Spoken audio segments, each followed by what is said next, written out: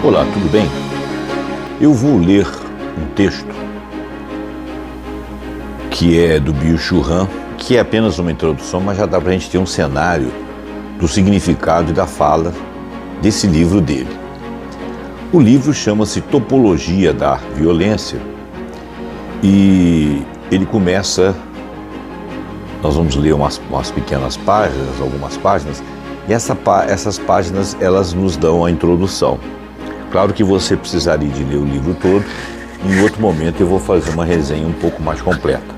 No momento eu quero fazer apenas uma introdução, para a gente poder ter uma ideia de quem que o Byung-Chul Han, que é um filósofo coreano, radicado na Alemanha, professor em universidades da Alemanha, qual é a noção que ele tem desses significados relativos à violência, que não é apenas a violência que nós a entendemos como sendo agressões, mas outras formas de violência que se traduzem como outras formas de agressão que não são explícitas, que não são sanguinárias, que não são visíveis. Então, ele começa o texto assim, nessa introdução. Os gregos chamavam a tortura de precisar. A palavra precisar significa necessário ou significa indispensável. A tortura era entendida e admitida como um destino ou uma lei natural.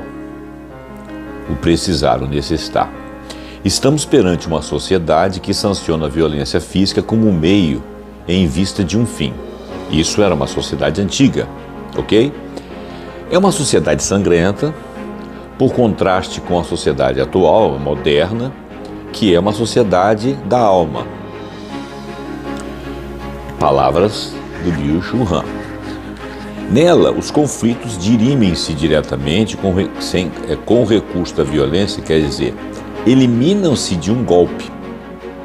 A violência externa, nesse sentido, é um alívio para a alma, uma vez que exterioriza o sofrimento. A alma não se encerra num monólogo mortificador. Na modernidade, a violência toma uma forma psíquica, psicológica, interna. Adota as formas da interioridade psíquica. As energias destrutivas não são objeto de uma descarga afetiva imediata, antes se elaboram psiquicamente. É uma coisa mais elaborada, não tão necessária, não tão rápida, não tão frontal, não admitida necessariamente, conforme era no passado. A mitologia grega está cheia de sangue e corpos despedaçados. Para os deuses, a violência é um meio sensato e natural de lograrem os seus propósitos e de imporem sua vontade. Os deuses da mitologia grega. Boreas, por exemplo, o deus do vento norte, justifica assim o seu comportamento violento. Tereu e seus trácios contrariaram o amor de Bóreas. Confesso que eu não sei se é Bóreas ou é Boreia, porque tem um acento. Vamos repetir. Tereu e seus traços contrariaram o amor de Bóreas, enquanto este deus preferiu para obtê-la as súplicas à violência. Orítias foi negada ao seu amor, vendo por fim impotência dos seus meigos esforços, ei-lo que irrompe nesse terrível furor que lhe é costumado e só a ele pertence. Pois assim seja, disse então, porque ter-me despojado das minhas armas, do ímpeto e da força, da ira e da ameaça. Por que ter-me despojado? Por que humilhar-me pela prece que não é digna de mim? É a força que me incumbe. Essas são palavras de Bóreas. De resto, a Grécia Antiga era uma cultura impulsiva. Os afetos intensos que lhes são tão peculiares assumem formas violentas. O jovem e belo Adonis morreu despedaçado pelas presas de um javali que encarnava, ou que encarna, a violência que habita no interior desta cultura do impulso e dos afetos. Depois da morte de Adonis, conta-se que o javali disse que não quisera feri-lo com as suas presas eróticas, mas tão só acariciá-lo. É este paradoxo fundamental da cultura da pulsão e dos afetos. Esse é um paradoxo fundamental. Antes da modernidade, a violência era omnipresente e sempre, e sobretudo, cotidiana e visível. Antes da atual, da modernidade, ela era sempre presente, sobretudo cotidiana, e era também visualizável. Você a via, você a percebia, em alguns momentos até como espetáculo. Daí que não só se exerça, mas também se exiba, por isso que eu disse que ela poderia ser um espetáculo. O Senhor ostenta o seu poder impondo morte por meio do sangue. O teatro da crueldade, que tem lugar nas praças públicas, põe em cena o seu poder e sua dominação. A violência e a sua encenação teatral são uma parte essencial do exercício do poder e da dominação. Na Roma Antiga,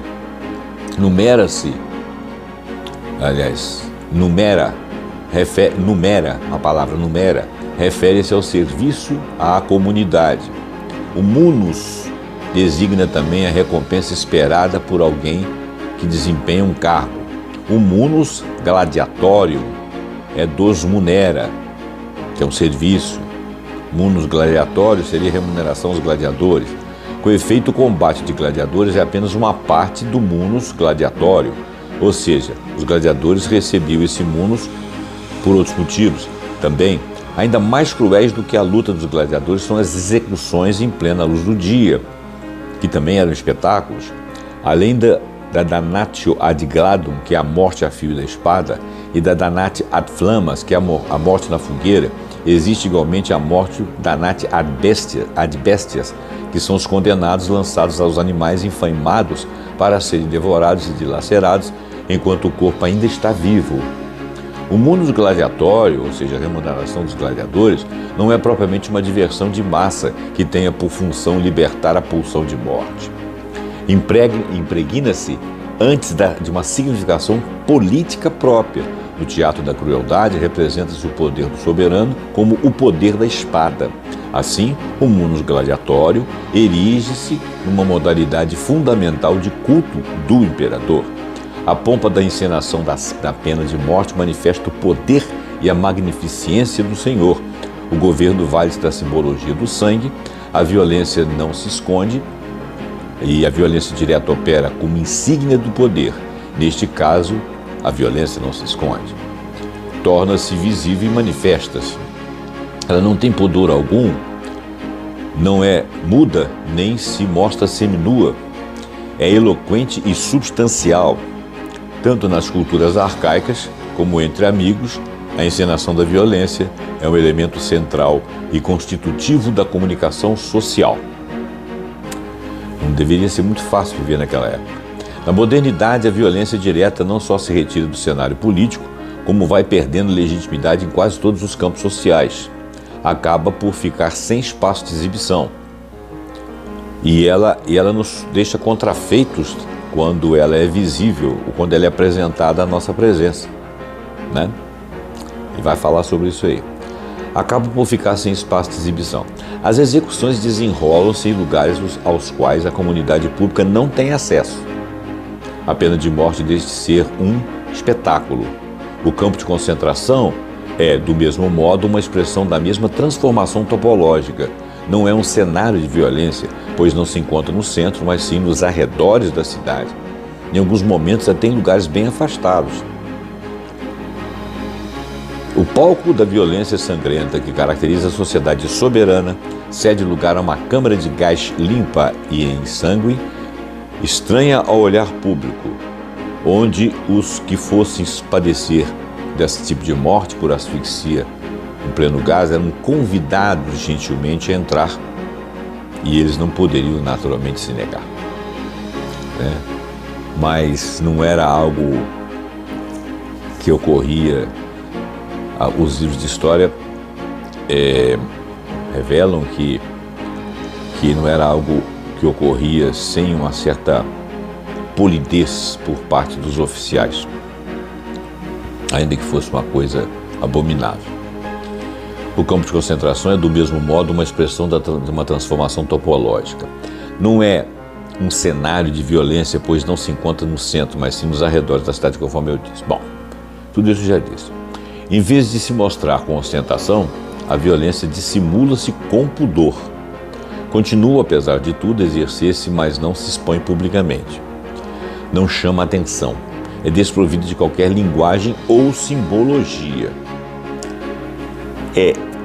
Ela é desprovida de qualquer linguagem ou simbologia usável ou usada por um status quo, por uma gerência, por uma administração, pela figura central de um presidente, um rei, um governador, alguma coisa assim. Mas ela tem os seus símbolos ocultos, ela tem seus símbolos nos arredores. Porém, ela não chama atenção. Então, no seio da sociedade, ela é desprovida de uma linguagem ou de uma simbologia conforme a anterior, da arcaica era. Ela tinha simbologia de poder. E mais do que isso, ela era uma linguagem. Ela é desprovida de qualquer linguagem simbólica e não é um presságio. Executa-se como uma aniculação surda e muda. E hoje, cada vez menos.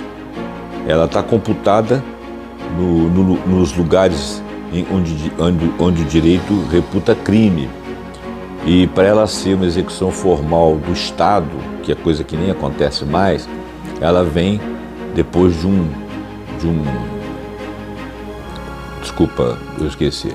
Mas ela vem depois de um julgamento, algo baseado em leis. E mesmo assim ela é considerada dramática e não tem sido muito usada, exceto quando existe uma guerra. Mas isso aí é outra coisa. Não chama atenção. É desprovido de qualquer linguagem. A simbologia não é um presságio. Executa-se como uma manipulação surda e muda.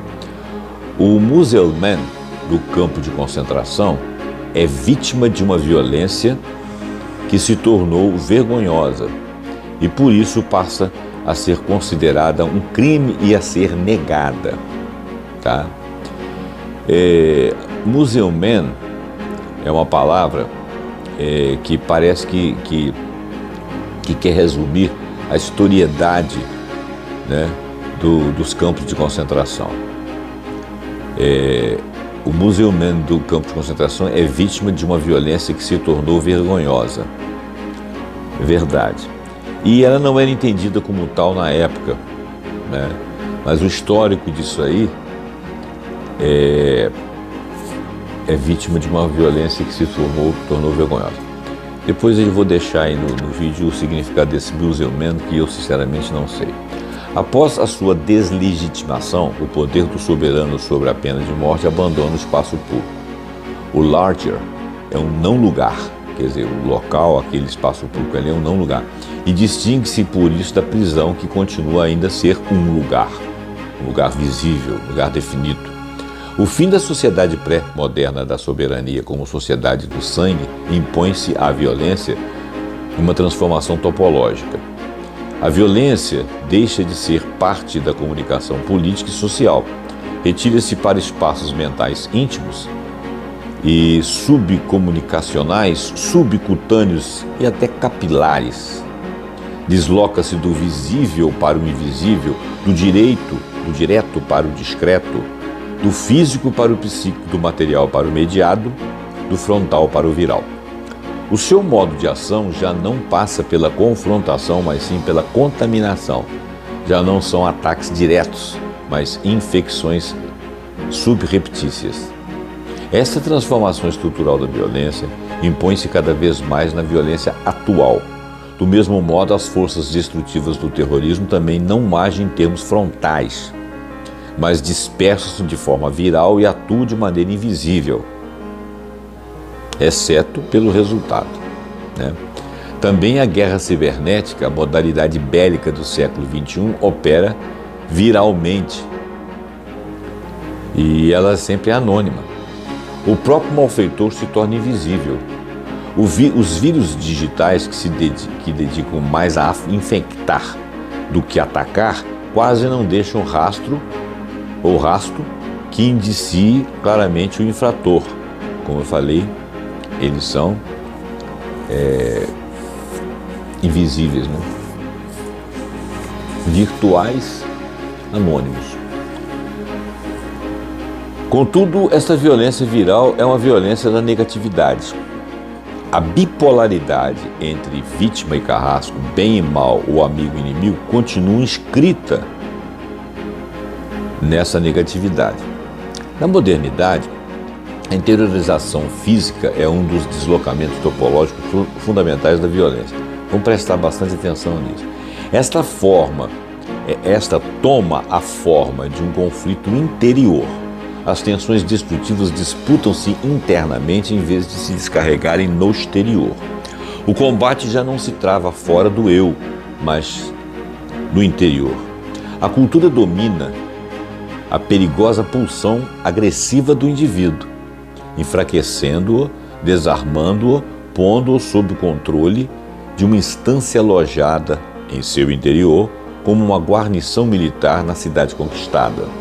Freud situa essa instância de vigilância psíquica na consciência. É um lugar de inversão da violência. Cometemos até a heresia de explicar a gênese da nossa consciência por esse virar-se para dentro da agressão. A agressão virada para o exterior transforma-se numa agressão virada para o interior do sujeito. A consciência moral torna-se tanto mais severa e implacável quanto mais a pessoa renuncia à agressão contra os outros. As técnicas de dominação recorrem tanto à interiorização, as técnicas da dominação recorrem também a esta interiorização da violência. Encarregam-se de fazer o sujeito da obediência interiorizar a instância de dominação externa e transformá-la em parte de seu ser. Então o indivíduo já não tem uma ordem sobre si para que ele execute uma forma de agir. Ele incorpora essa forma de agir, ela é exteriormente ensejada, até por comparação com os outros, na forma como a sociedade dissemina as informações e contata uma com as outras, sem a ordem. Então essa ordem passa a ser interna, e isso é uma violência. Se existisse a violência disciplinar de dentro e fora para dentro, que impusesse ao indivíduo caminhos que ele não necessariamente faria opção, essa ordem agora é uma ordem interna. Então, o ser humano é o seu senhor e seu escravo, e o senhor é aquele amigo, né, que também é o inimigo e que força ele próprio, né, o seu próprio súdito, que é a si mesmo, a compulsão de fazer, a competência de fazer algo que não necessariamente ele pensa, repensa e concorda em fazer. Então, a dominação requer um esforço muito menor para ser exercida. A violência simbólica serve igualmente do automatismo do hábito. Você se habitua e passa a trabalhar quase que impulsivamente, compulsivamente eu diria até sem a volição, ou seja, sem a sua vontade. Necessariamente, se você para pensar, de repente você não tem aquela vontade, através de um hábito interiorizado, um hábito que é essa interiorização. Inscreve-se nas convicções, nos modos de percepção e no comportamento, é isso aí. Inscreve-se nas convicções, você adquire convicções de terceiros, faz elas serem suas. Ao não pensar sobre elas e tomá-las de imediato, é como se você estivesse recebendo a ordem de alguém que pensa daquela forma e tomar aquela ideia e convicção para si.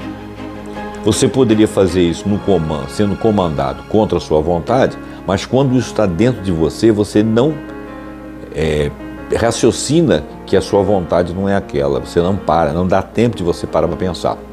Então, escreve nas convicções, nos modos da percepção e no comportamento. Na percepção, você passa a raciocinar com os argumentos de outrem. E a sua percepção e as suas conclusões para formar as suas convicções é de outrem. E muitos outros pensam como você. Na realidade não pensam, estão compulsivamente instados a fazer e exercer daquela forma e achar aqueles fatos como verdadeiros. E, portanto, tem a mesma percepção que você. E no comportamento, você passa a se comportar como tal. Se alguém se exibe, você se exibe. Se alguém mostra algo que antes não era mostrado, você passa a mostrar agora. Se naturaliza-se uma prática, você toma aquilo como certo. Quer dizer, você se comporta como todos os outros que sofrem a mesma, eu vou chamar de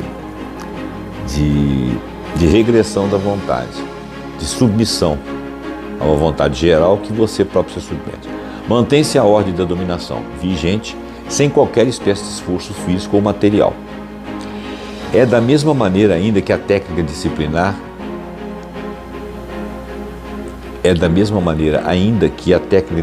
se vale da interiorização psíquica da força.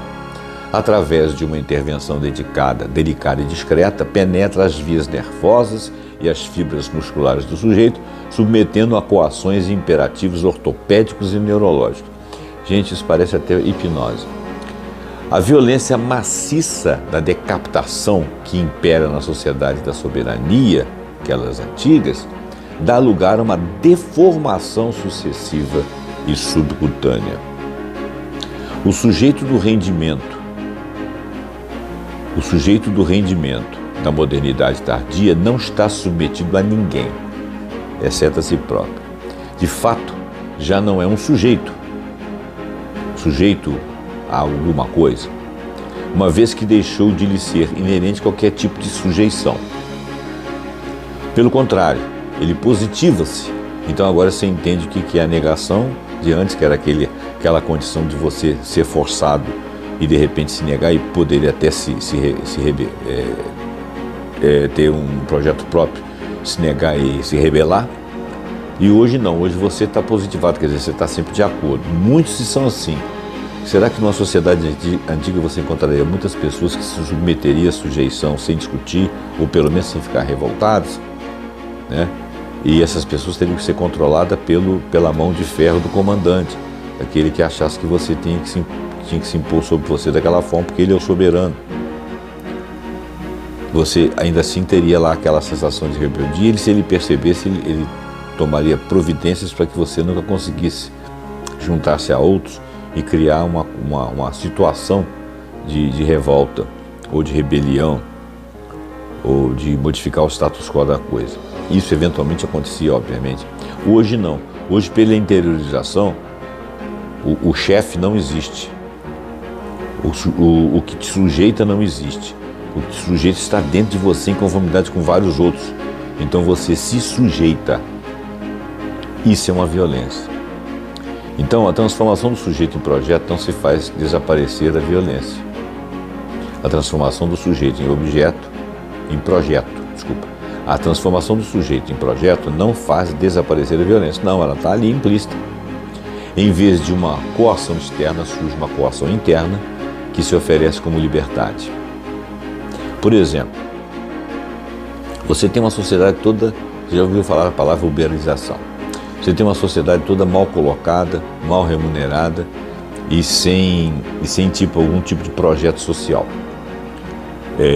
Você não tem leis mais que te defendem, as reformas trabalhistas mudaram a relação de você com os seus empregadores, sejam eles de que natureza for, e você não se sente seguro mais. Mas quando você está lá dirigindo um Uber, você é dono do seu horário e você se sente um chefe, e você se sente um vencedor, e aqueles que ensejam isso, que trabalharam a favor disso, para a sua insegurança e para o seu pouco ganho, são pessoas que você normalmente elege como seus condutores. Essas pessoas te chamam de empreendedor. Mas você está a perigo, uberizado. Por que uberizado? Porque você não tem segurança financeira, você tem um valor mais baixo de ganho, você tem um esforço sobrenatural, você trabalha mais horas, você não tem segurança, integridade física, você não tem segurança do seu automóvel, ninguém paga o seu seguro, ninguém paga o seu INSS, a questão da sua saúde ou um plano de saúde para você. Nenhuma lei te protege diretamente e você se sente o máximo, você se sente o chefe. Você está degradado. Então a palavra uberização aí caracteriza a degradação do trabalhador que trabalha para uma empresa. Que o Uber é uma empresa, o aplicativo é uma empresa. Ele parte de empresários, ele ganha dinheiro, tem até ações na bolsa. E você não ganha nada além daquilo que é pago ali na corrida. E se você não puder trabalhar, você não trabalha e ninguém te remunera. Você não tem um seguro social, você não tem uma segurança. E, no entanto, você se sente um foda. Então, a transformação do sujeito em projeto não faz desaparecer violência. E o cara não questiona essa violência. Ele fala, é o que eu tenho, mas eu faço a hora que eu quero. Mal sabe ele que ele, não querendo, se ele cair doente, não querendo parar, se ele cair doente, ele para e não tem ninguém que o ajude. E muitos acabam saindo disso, desiludidos. Mas não reclamam, não brigam com os donos do poder. Por quê? Em vez de uma coação externa, surge uma coação interna. É porque o camarada está coagido por si próprio. Ele que acha que tem que fazer aquilo, se ele não deu conta, o problema foi dele. Ele pensa assim. E isso oferece uma ideia de liberdade, que não é verdadeira. Esse desenvolvimento encontra-se estreitamente ligado ao modo de produção capitalista. Sim, mas hoje em dia, a produção capitalista ela tenta te tomar mais-valia e compulsivamente você trabalhar. Mas existiram momentos na história, mesmo dentro das economias capitalistas, em que o trabalhador tinha alguma segurança.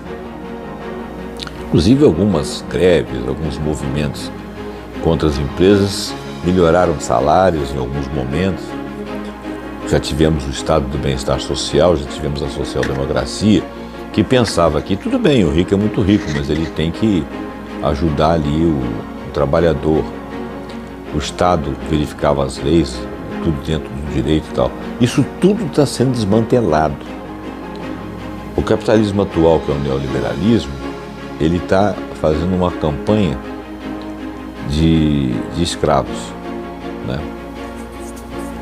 E esses escravos não são coagidos a trabalhar. Antigamente ainda tinha um chicote. Não, eles podem ficar de lado, vivendo nos arredores da sociedade. E, obviamente, que ainda é uma forma de escravidão. Só que não é aquela forma de escravidão que andam vendo por aí, pessoas que trabalham em sítios afastados, trabalham em troca de prato de comida, porque isso aí é uma coação física, né? Isso é coisa de banditismo, isso é contra a lei. Isso tudo que nós estamos falando aqui é uma violência introjetada, é uma violência e não tem lei que diga que ela é uma violência e que faça alguém se retratar. Então nós vivemos numa sociedade muito violenta nesse sentido, em vários outros sentidos. Ele vai evoluindo nessa fala dele. Eu só li as 5 primeiras páginas da introdução, mas eu acho que já deu uma ideia de que a sociedade, como que nós convivemos com a sociedade, com a violência. Existem outras coisas, eu vou falar no momento oportuno, de acordo com a leitura do livro, obviamente.